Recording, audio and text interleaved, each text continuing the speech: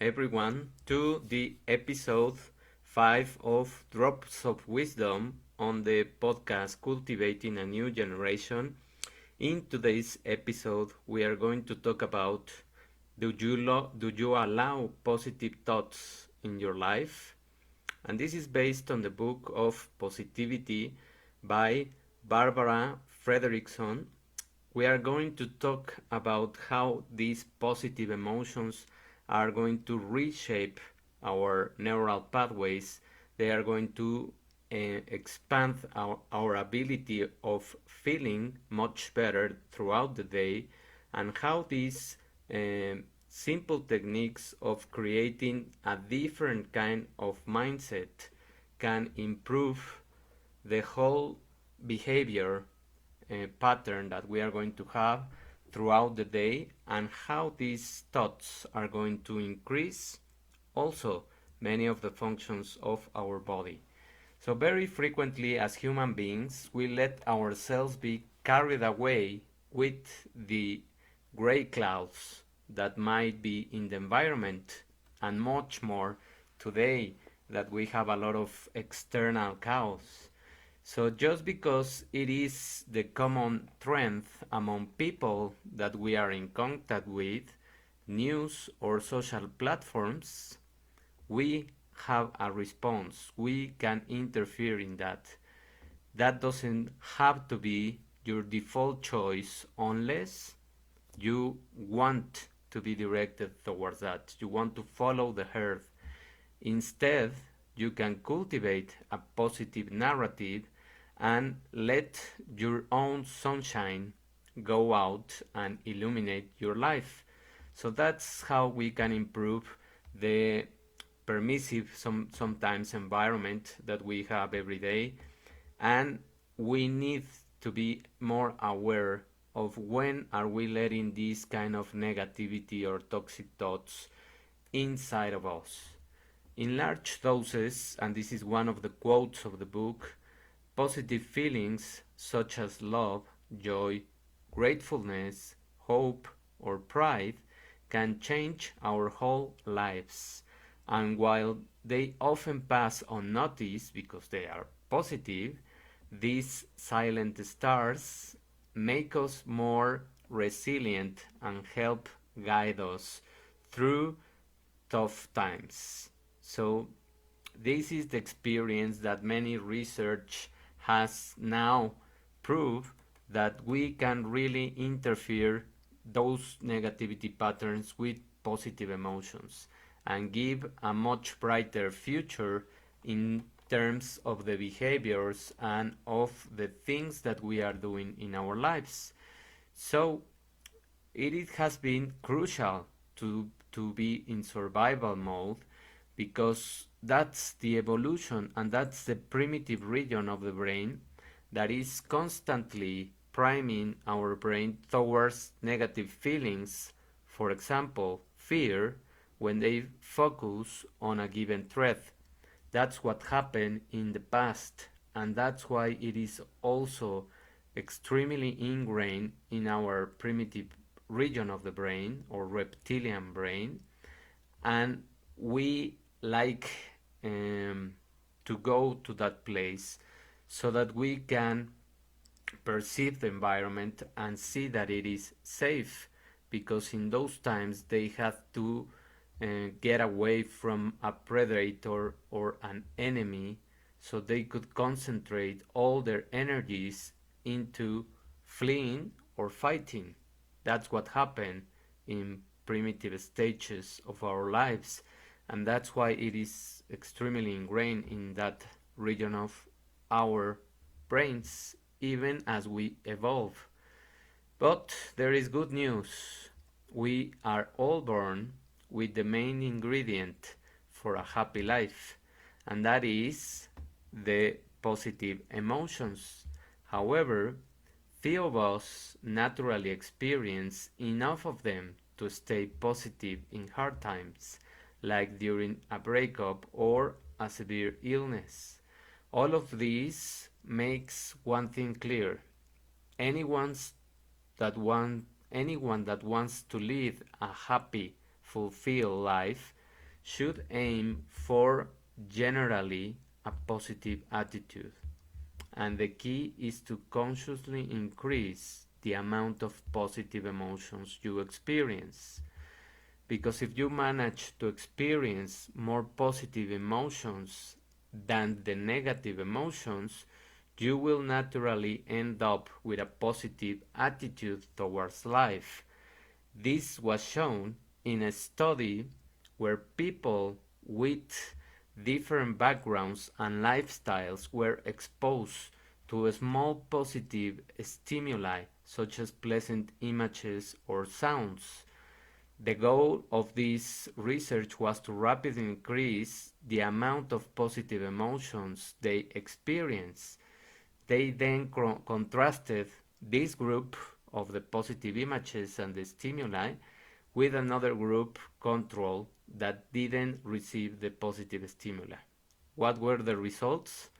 The first group reported a much more positive general outlook on their lives and focused more on its positive aspects than the negative ones.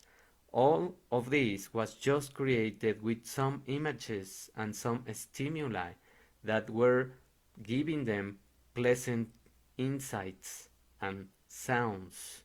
So it is just about changing the environment, switching into a more positive emotion, and we can do that intentionally if we are more aware of the negative emotions. Whenever we feel that, it doesn't mean that we have to stay in that emotion.